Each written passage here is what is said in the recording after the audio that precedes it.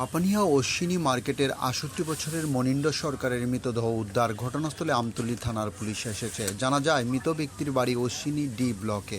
মৃত ব্যক্তি পেশায় দিনমজুর ছিলেন বলে খবর। ডিও রিপোর্ট, খোয়াই টাইমস বাংলা। মানে অশ্বিনী মার্কেটের বাজারের সম্পাদক আর কি।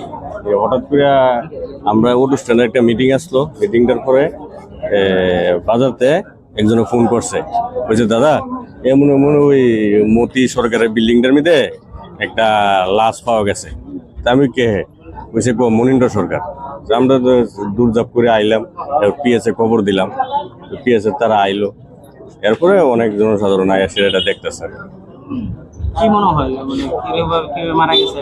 তাই তো একদম মানে নিডি একদম, মানে বাজারে তাই কাজ টাজ করতো, মানুষের কাজ টাজ করে দিত, খাওয়া দাওয়া করতো, এনেই থাকতো দীর্ঘদিন, প্রায় ২-২.৫ বছর ধরে এনেই থাকতো।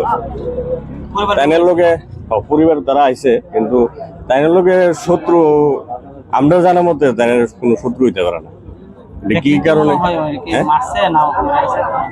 তো অক্ষণে যেটা দেখলাম, এটা তো মারার মতোই লাগতেছে।